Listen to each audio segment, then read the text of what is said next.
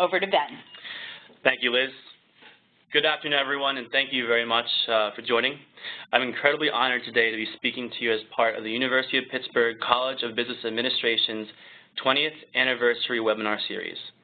This anniversary is truly a testament to the dedication that the staff here at Pitt Business have to the success of their students. I can honestly say that I wouldn't be where I am today if it weren't for many dedicated professors and staff, one example being Liz Adams, my academic advisor, who introduced me a few minutes ago. Like she said, my name is Ben Grabowski, and I graduated in 2013 with a dual degree in accounting and finance. And before I jump into my presentation, I thought it would be fun to just give you kind of one of my good memories from Pitt. I have a lot from the business school, my accounting years, but something that really sticks out in my mind is when I was a freshman, and throughout my entire tenure, I loved to go to basketball games. And a lot of students, they sit in the Oakland Zoo, which is our student section. And my freshman year, Pitt, currently ranked 25, was playing WVU, who was ranked number 5. It was a huge game. I actually camped out overnight to go to the game in a tent, and then I waited around for hours and hours and hours to get in the zoo. But it was completely worth it. And I want to describe a little bit about the game. So back and forth in regulation, very competitive. And then in the final minute, Pitt was down by 7 points. In that 1 minute, somehow, Ashton Gibbs knocked down a three-pointer, and we had 2 consecutive sets of free throws by Gibbs and Gilbert Brown to tie it up with a few seconds left in regulation. So when over to overtime, most people are like, well, most games usually finish in 1 overtime. Well, this was an exception. In the first overtime, Pitt was up by 3 points till the star of West Virginia scored a three-pointer in the last second. That was a heartbreak. Second overtime, our centers, really our star center, Gary McGee, had an easy tip-in for the win, but unfortunately missed it with a second left. And then finally in the third overtime, West Virginia was leading by 95-94 with 40 seconds left until Pitt made 2 consecutive free-throw sets and winning the game 98-95. Words cannot describe electricity in the stadium. I'll always remember that moment. It was just incredible. So Pitt basketball, gotta love it. Moving on a little bit, I graduated and now I work with Ernst & Young, as Liz said. I've been there for about 2 years, and I'm currently in financial services, which means I do assurance for banks, hedge funds, and insurance companies specifically. And if anyone on the call today is interested in working with EY, whether you be currently professional or a student, I'm definitely interested in connecting with you. My email address is benjamin.grabowski@ey.com. We're always looking to hire juniors and seniors for internships and full-time job positions, as well as experienced hires. But yes, I'll be happy to talk to you about anything pertaining to EY. But now on the reason why everyone is here. The President of the United States, the most powerful man in the world, has but 100 days to foster a legislative plan that he will utilize for the rest of his presidency. In correlation, many studies have shown that the first 90 days of your very first career or new job prove to be pivotal in your success in that current position, as well as future positions to come. So you're probably asking, I'm a little concerned when you just said that. And I think through my 2 years with EY, I've seen, obviously, my first 90 days as well as other individuals' 90 days. And I think I've learned from some of my mistakes. I've also seen some individuals that have great opportunities through 90 days and just kind of want to share some of my thoughts. I've actually thought about 3 specific tactics that I want to describe to you today that I think would help everyone their first 90 days. And these include building a very strong foundation, securing some early wins or having early initiatives, and having a game plan. Now, while my presentation says the first 90 days, to be honest with you, all these kind of tips and tricks are applicable to just about anyone. Whether you're beginning your first job, beginning a new job, or if you've been 25 years in the profession, I think all these tips could be very beneficial. So in starting off with building a strong foundation, one of the key kind of areas of focus I have with the foundation is planning. And when I mean that, I mean planning for a specific day, for your goals for a week, as well as for a month.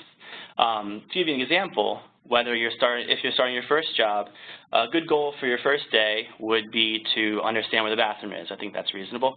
And for your first week, maybe introduce yourself to everyone in your department. Or the first month, get to know everyone kind of in your sector, or maybe get your first main responsibility from your boss. I know specifically, so I work in assurance, and some of the goals that I currently have for myself is daily I want to finish a presentation I need to give my manager tomorrow. My weekly goal is to complete all deliverables for a deadline that I have at the end of this month. And my month goal is to meet the head advisory partner in the Pittsburgh office. So I'd like to take a quick break, and everyone that's listening to this call, I'll give you 30 seconds to just quickly think of a goal that you could have for today, for the week, and for the month.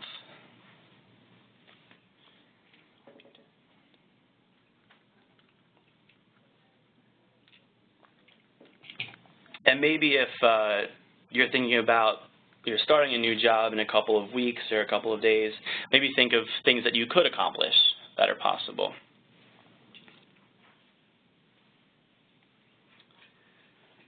Perfect. And hopefully at the end of this presentation, you'll have some notes based upon being interactive that you can utilize to then learn something and go forward and improve maybe something that you may have not thought about previously.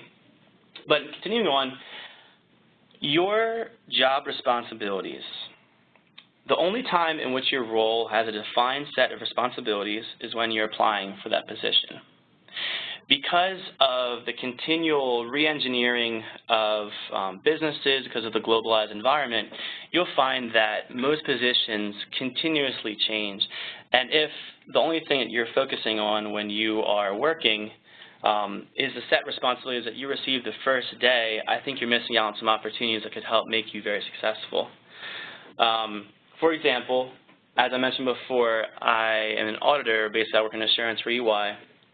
And my main responsibility, as I was told at day one, is I'll be reviewing the financial statements of my two clients. In that, I'm looking at seeing is their revenue number appropriate? Do they have a fixed asset count of 10 million, or should actually be 10,000? So that's really my main job responsibilities. But besides that, I kind of realized I could also make an area of my focus for my career in helping out recruiting with Pitt, which I obviously love to do, or also being a liaison between our IT individuals and my team. So I'll continuously consider, well, there are other ways that I could better myself in my position that are drastically different than the set of responsibilities that I was provided in at the beginning of my career. Again, I want to pause for 30 seconds. Everyone on this call, if you think of two different things that you could be doing outside of your main responsibilities, whatever that may be, if it's in sales, if you're a financial advisor, if you're in any sort of position, what could you be doing differently to basically make yourself more successful or give yourself more opportunities? So 30 seconds.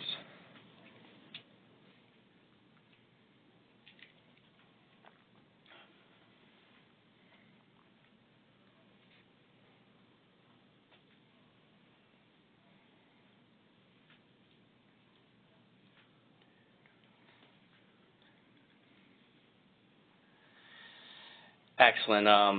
Yeah, I hope the things that you jotted down between the goals and also the ways that you can more reassess your responsibilities can be beneficial to you after the conclusion of this call. An age-old saying goes that we have 2 ears and 1 mouth. I think my parents would be really excited to hear me say that. And I'd say there's probably a reason for that. And I know if you're starting a new job, or if you're starting your very first career, there'll be so many individuals and your colleagues that are really willing to invest in you and your development, and they'll want to help you out, and they'll talk to you and give you pointers and tips and recommendations.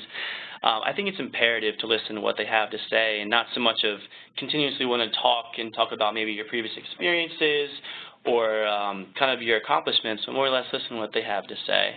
Also show interest in what they have to say, which I think would really help you learn a lot about your position when you're starting in your first 90 days or starting in your new job, or just kind of in any capacity that you might be serving with the company. And last, point that I have on this slide is just to be passionate and be dedicated to your position. You really want to jump into your new job with a lot of motivation and dedication because you want to work there and you want to show the company that you do want to work there. And really by putting in all this effort, it will be very fruitful going forth after your first 90 days into a year, 5, 10, 20 years, however you may be with that company. But in moving on, and also kind of the topic that's probably the elephant in the room, unfortunately, is assessing the vulnerabilities or areas where you're not so strong. And I know this is something that was difficult for me, and I understand that one of my strengths, I think, would be communication. I love to communicate with the client, with my team, writing emails, whatever it might be. I think I'm pretty confident with that. And the problem is, if I continuously focus on that area, there's not really much room for growth in my communication skills. However, I could be completely ignoring the fact that my organization skills are not where they should be for an individual in my position.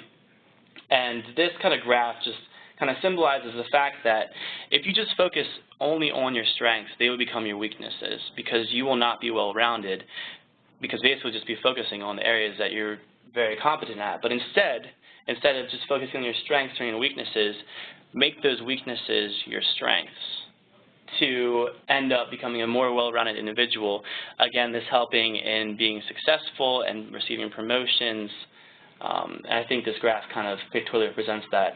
And to do so, I think the best idea would be seek out individuals. You'll find in, whether it be the new company that you join or whether whatever capacity you're working in, there'll be individuals that are very good at specific things, like being organized, for communication, for presenting. And just if you reach out to them, they would probably be excited just to help you out with any questions that you might have. An example for me, I know, like I said before, one of my weaknesses was organization. I found pretty often, not really pretty often, but it's definitely happened that I had some responsibilities that I didn't prioritize appropriately, and therefore, right up to the deadline, I was in crunch mode, and I really didn't do the kind of job and the quality job that I was hoping to do. So therefore, I sought out one of my colleagues, and I asked them, really, what do you do to always be so organized and prioritize all your responsibilities so appropriately? And they mentioned that their to-do list was basically their Bible, and they focused so much on their to-do list. And that's really how they prioritize their responsibilities, and they're never really late, or with meetings, they're always very abrupt with making sure there's no conflicts. So basically, continue to work on the weaker areas, I think, would be something that would be very appropriate for your first 90 days to discover where you're weak, and then that will have ripple effects after first year, 5 years, because you won't have that weakness going forth. Again, I'd love to pause really fast for about 30 seconds and consider a weakness that you might have, and then think about an individual in your company or a friend that could possibly help you become more proficient at that weakness.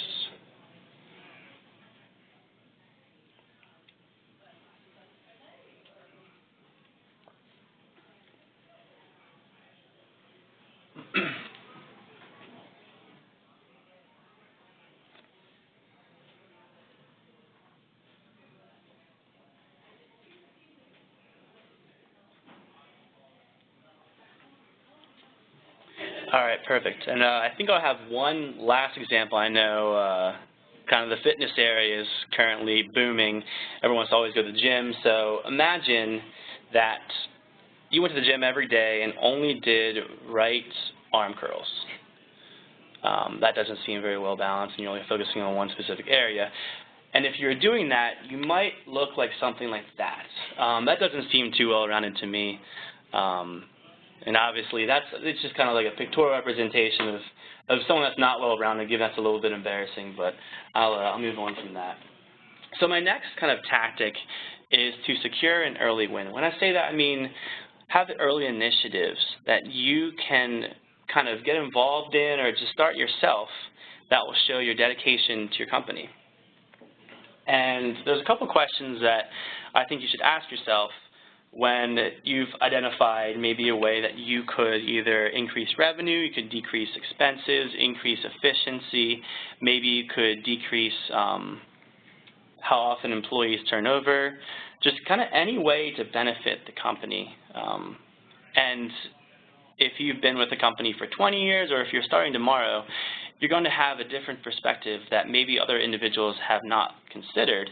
And because of that, you definitely bring something to the table where you can make your company or introduce something that would be more beneficial. So with an idea, you have to ask yourself a couple of questions.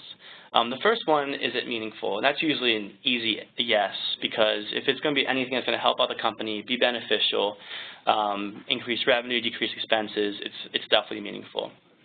Next question is, will leadership buy off on it? And this is the most important part, I would say, because when you have a great idea, you can continuously try and try and try. And most often, if you work with a big company, if you're the only individual who's trying to institute something, it probably won't go anywhere, because companies are huge, and you need to have the buy-off of leadership who has the voice that can carry across the different departments and whatever geographic locations you have. So I think it would be imperative that if you have a great idea, definitely involve leadership, because they can really help get the wheels turning. And having wheels turning runs into my next concept of having momentum. So I love to read Malcolm Gladwell books. And one of his books is called The Outliers, and he has a concept in it called the flywheel concept. So imagine with me a round, kind of like a steel or a very, very heavy round object where, and I understand this is your idea and you're trying to push, you're trying to have your idea be enacted in your company, but because it's so heavy, you're not able to. But instead, as you involve leadership or as you involve your colleagues and your friends, you keep on pushing together, and collaboratively you start this flywheel moving it around and around and around and around, and eventually it's moving so fast that you don't even need to push, because you have so much momentum with your idea that's helping promote whatever your original idea was. So really getting involved, or getting people involved with your early initiative, I think is imperative. And obviously don't try to change the companies, the way that they make revenue or something that's too significant. If you're coming in your first 90 days, or if you're coming in for a next job, or if you've been there for 20, 30 years, it might not be the best idea to just jump in and say, hey, I want to change everything. People really won't be too susceptible to that. But I thought, because I work with EY, and I obviously want to have a little plug for them, something that the Pittsburgh office is doing is we've instituted a CPA mentoring program.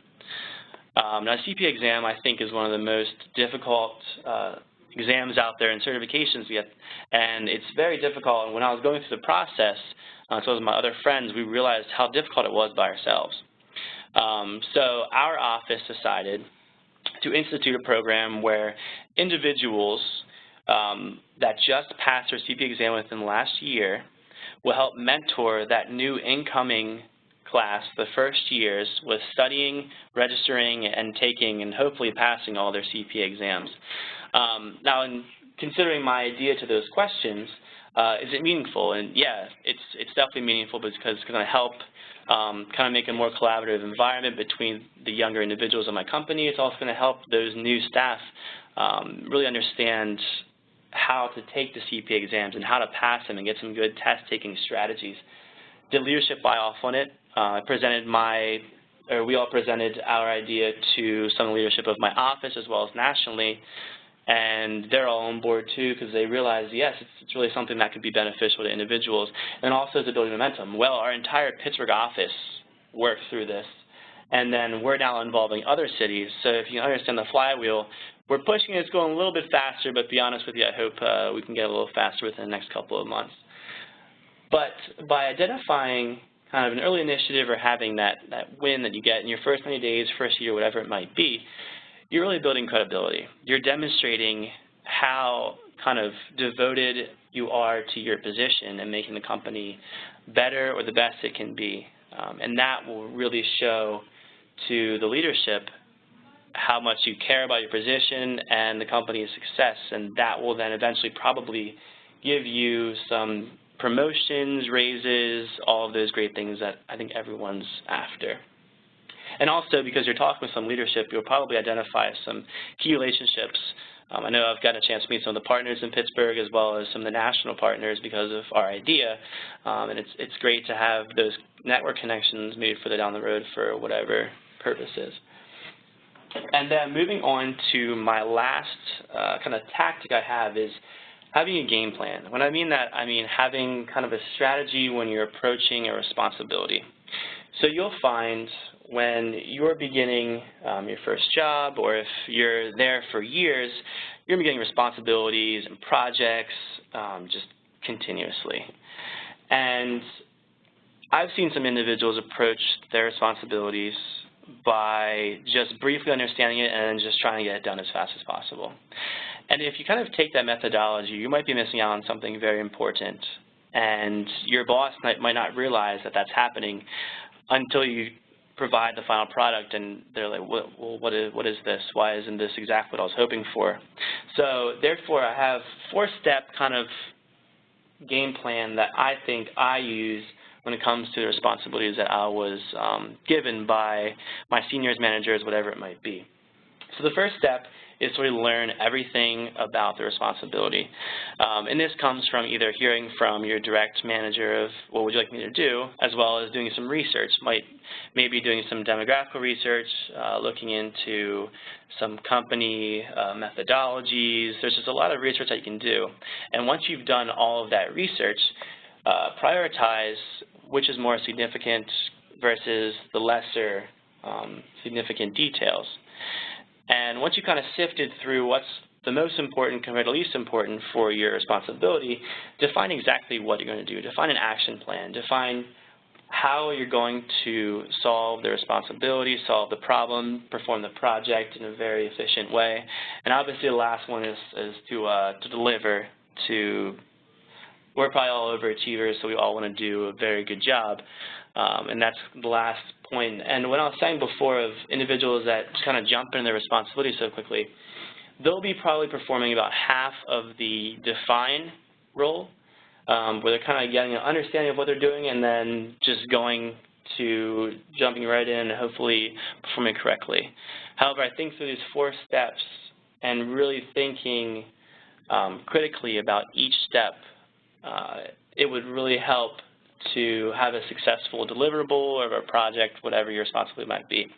And so I thought, because I've been talking about accounting a lot, I'm going to switch it to a different example.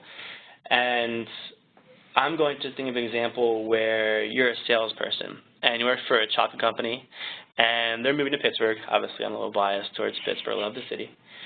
And your boss tells you he wants you to sell 500,000 chocolate bars by the end of the year. So right there, you have some key information. You have 500,000 by the end of the year, and it's in Pittsburgh. So you do understand what your responsibilities are. However, you don't know everything that you need to know in order to really successfully complete this project.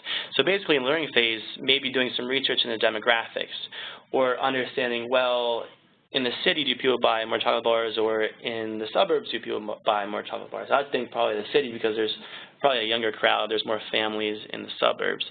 So after you learn, you'd want to then prioritize what's really important. Obviously, the responsibilities that your boss gave to you, I got to sell 500,000 chocolate bars by the end of the year. I'm going to prioritize that information versus maybe weather conditions or something else, seasonalities that might affect chocolate bar sales.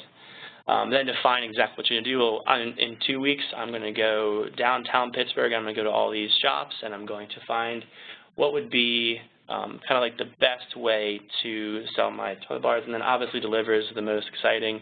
Hopefully your plans go according to plan. But I think by following this kind of four-step methodology with any responsibility that you're given, whether you're starting your first job, starting an internship, you're in your job for 20, 30 years, I think this kind of game plan is beneficial. I've used this a good bit in my current career. I've definitely learned from kind of how to set up a great game plan for responsibilities that I'm given. Before I leave you, I have a few other tips. Now, I would say that there's two individuals that you want to seek out in whatever company that you're working with. And I think this should be company specific. So not someone that's in a different company, but you want someone, if I work for EY, I want these two individuals that currently work for EY. And the first one is a mentor. This individual, you can tell the good and the bad too. You can tell if you're worried about something, if you're overwhelmed, if you're concerned by a responsibility you've been given by your manager or your senior.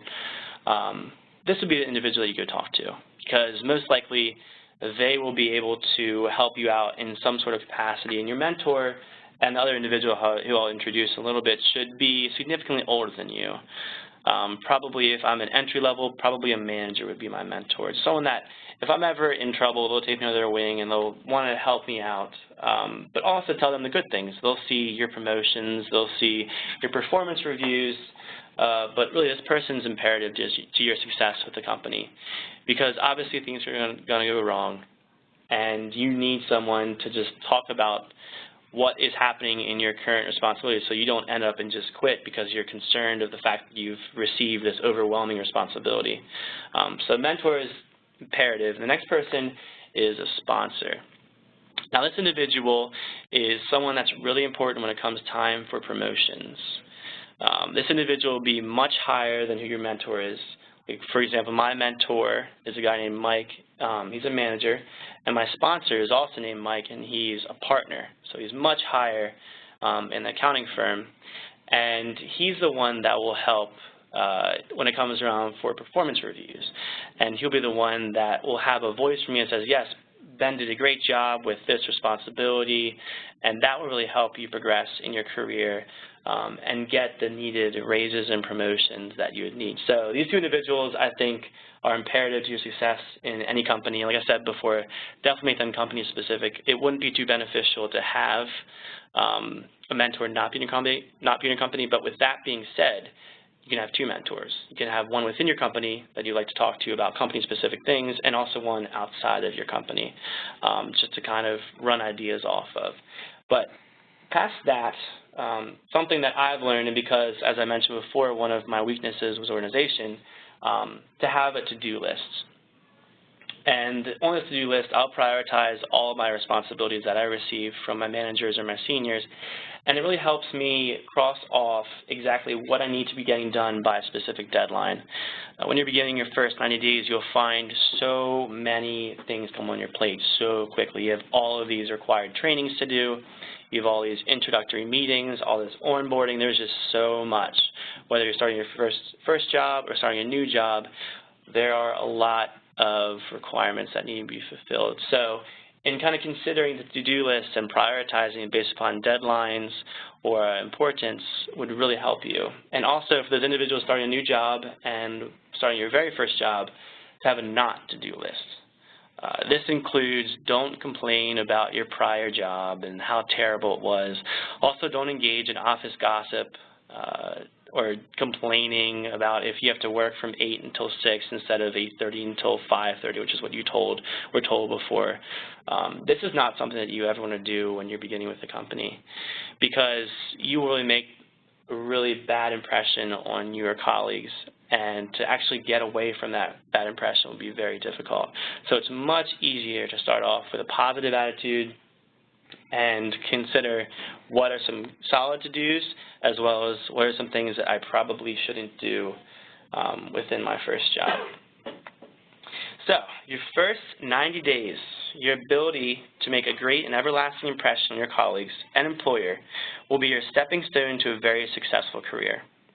Through consideration of building a strong foundation, securing an early win, and having a game plan, I have no doubt in my mind that you can be successful in any capacity.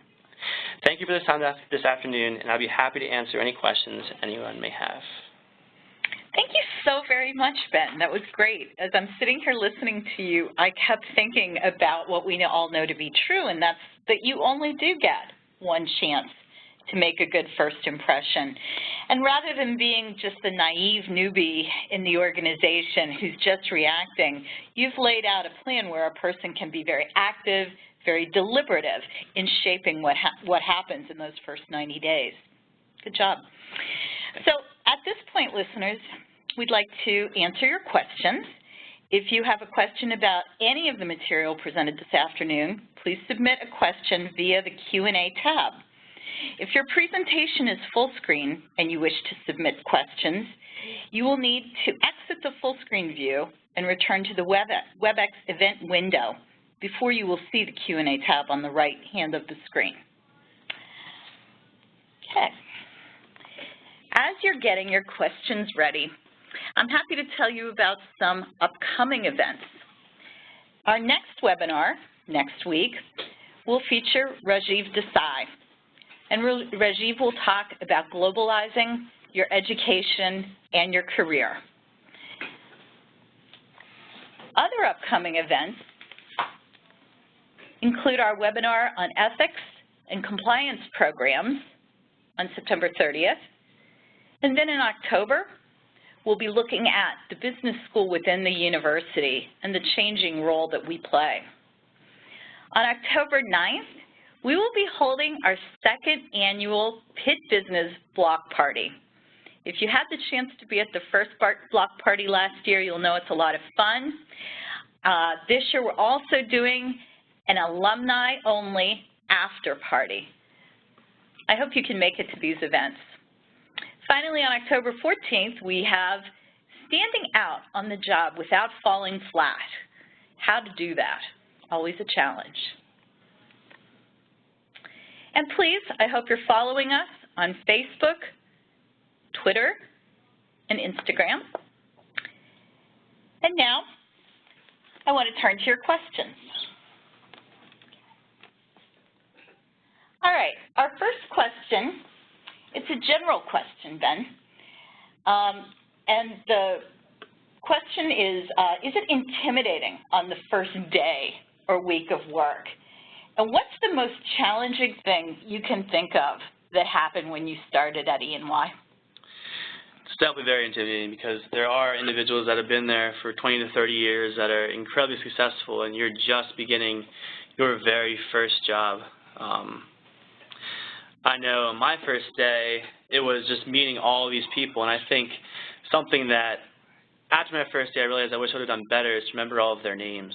Because a lot of the time they remembered mine, and they'd see me in the hallway and say, "Hey Ben, how's it going?" And I'd kind of be like, "Oh, I wish I remembered exactly what their name was." So that was something that I learned from just that first day. But yeah, all these successful people around you, and you want to be just like them. But I think in dealing with the pressures and just kind of how nervous you could be, just talk to them. Say, really, what did you do in your first couple of days or your first week, your first month, your first year that you felt helped set you up for success? Ben, our next question is really along the same lines.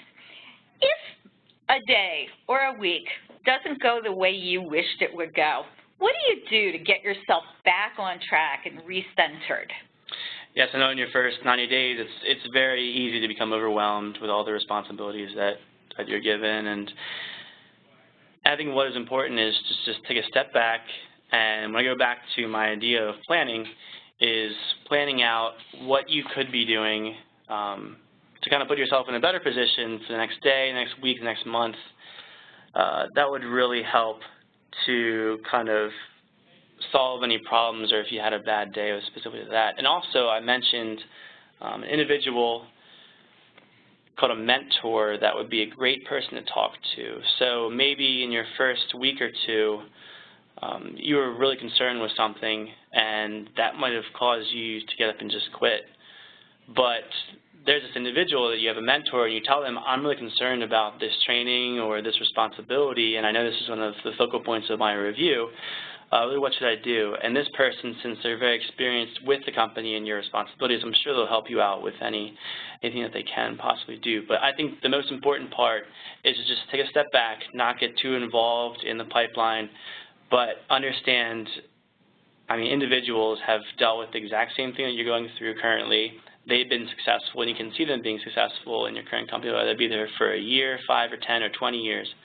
But having that game plan as to what exactly you could possibly be doing, as well as talking to that individual that you've identified as your mentor would help solve any sort of overwhelming or nerves that have really kind of concerned you. We also have another question from a listener who wants to know, what can a new hire do to make his or her voice heard and for leadership to listen to a new hire? Sure. I think that's something that a lot of individuals, when they join their first company, really want to get involved in. I think generationally, a lot of people that are in their 20s really want to automatically jump right into having power, but unfortunately that's relatively difficult because businesses are structured where the most experienced individuals have all the authority. However, in getting involved in, I kind of thought of out of your responsibility projects, whether that be like a group, like we have a community service organization within EY that I helped be a chair for, and because of that, I got introduced to a lot of the leadership within my company, and that kind of provided me with that leadership role that you're mentioning. And this kind of opportunities that you can get involved in would help give you that voice that you want. But if it pertains to probably your specific job responsibilities, as I'm starting out, I don't really have the power and the per se to make all of these changes. But there are other opportunities, and I mean with the CPA mentoring program that I brought up previously, I mean that started by my class, a bunch of 24-year-olds where probably 80 to 85% of the individuals in my company are older than I am. But we're talking to executive leadership about it, and really it's something that's a great opportunity for the individuals in the Pittsburgh office to have that leadership role or have some sort of role in this decision-making process. But.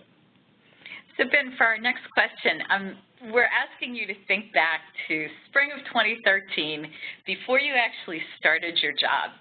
And looking back now, what do you think students can do in that sort of ramp-up time to their first 90 days? How can they get their head in the right place?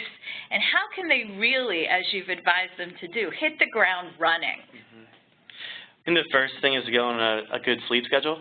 So a lot of college students love their afternoon naps, and to be honest with you, I love them as well.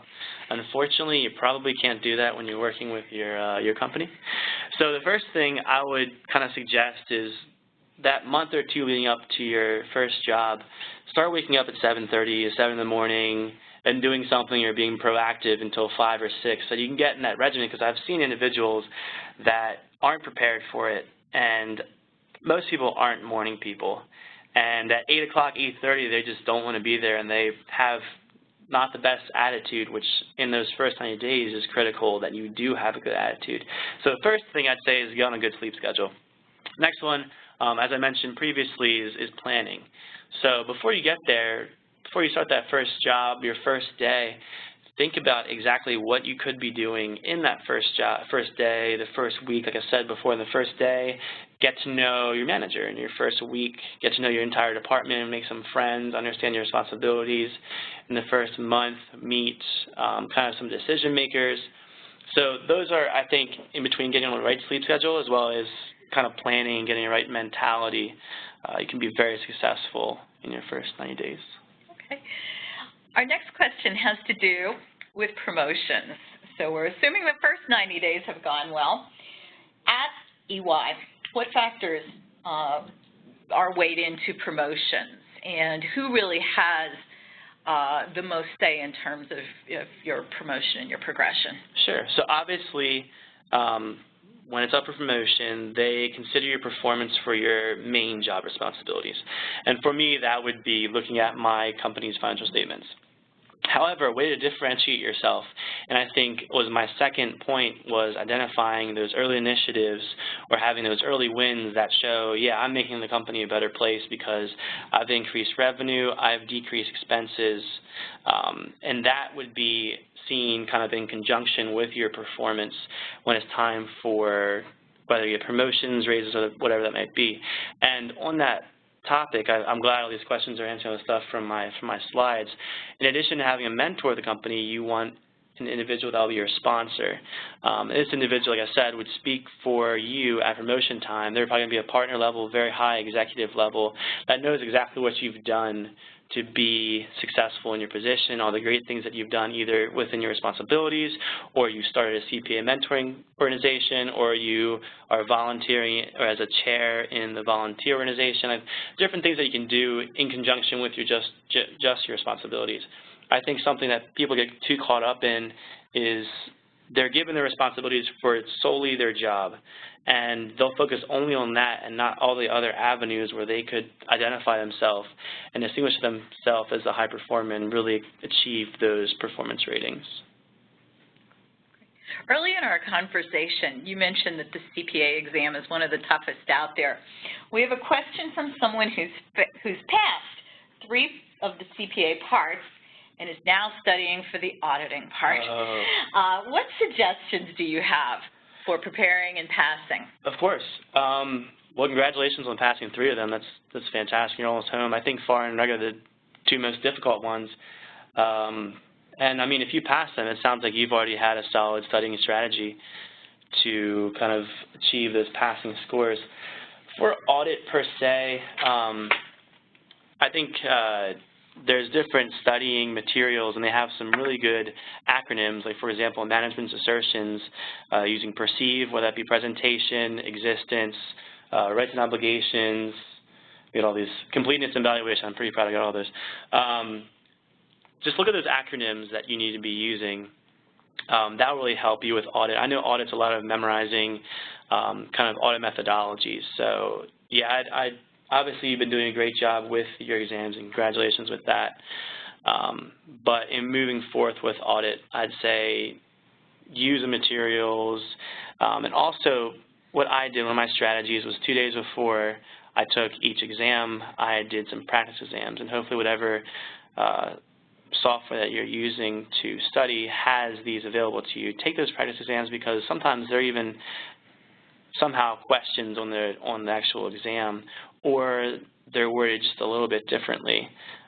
So yeah, I'd say continue with the same studying strategy, maybe do a practice test or 2 before the actual test, and obviously learn all the acronyms to pass that. But good luck. I hope you pass that forward. It's a great feeling once you have all those done. It's terrific to talk to someone who so clearly enjoys what they're doing and where they're working. Can you tell us a bit about EY and what you most enjoy about your job? Definitely. I really enjoy all the people that I work with. So with public accounting firms, not just specific to EY, most of the individuals, I'd probably say 80% of the individuals are in their 20s. And everyone is just a hard worker. We all work very collaboratively. And we all really have one mission, to raise the revenue of EY. And I know EY, we're planning on doubling our revenue by 2020. We call it our Vision 2020. And it's really, I think it's really great working together with your teammates, basically your colleagues, to achieve that. And everyone is such, I mean, everyone's an overachiever in public accounting. A lot of us have our CPAs, and there's just a wealth of knowledge with those individuals that I really enjoy being a part of at EY. Well, Ben, I really want to thank you. Thank you for coming in today. Thank you for talking with everybody. We are going to conclude today's webinar. On behalf of the University of Pittsburgh, to all of you listening, I thank you for your attendance today, and I hope that we meet again at a future webinar. Have a great day.